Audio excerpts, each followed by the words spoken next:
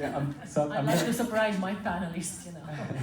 So I'm going to keep it super short. So my name is Parth, and I work in Fidelity Labs for Fidelity Investments. So we actually have a blockchain incubator, and contrary to what most people might think, Fidelity Investments is actually super heavy into crypto. We've been mining publicly since 2014. We have had massive summits such as the Lightning Summit or Mining Summit. And not just that, so Fidelity has now offers a new product. It's called Fidelity Digital Assets, which came out of the place where I work, which is Fidelity Blockchain Incubator. And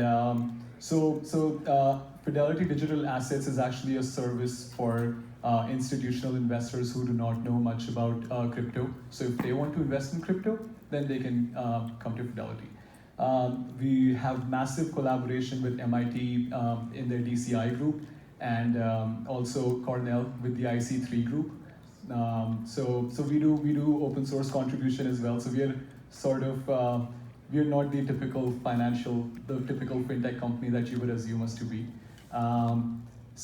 Regarding, I'm gonna give you like a really a brief background of what I've been doing. So I used to be an AI developer before deep learning became popular back in 2012, and then I read the Ethereum white paper, I read the Bitcoin white paper, and then I realized, wow, this is something legit. I want to get into this. In my opinion, data democratization is pretty simple. It's decentralized access to information. That's it. What I believe is, if anyone with a private, and so you would see that there is a huge, like you mentioned before, there is a huge monopoly of information, data of the new oil is actually becoming more local. It's becoming more country specific. And so what I believe is anyone with a private key can, anyone who has the ability to actually pay or get that information for free should be able to access that information. That's data democratization for me. Thank you. It's nice to hear that from a bank.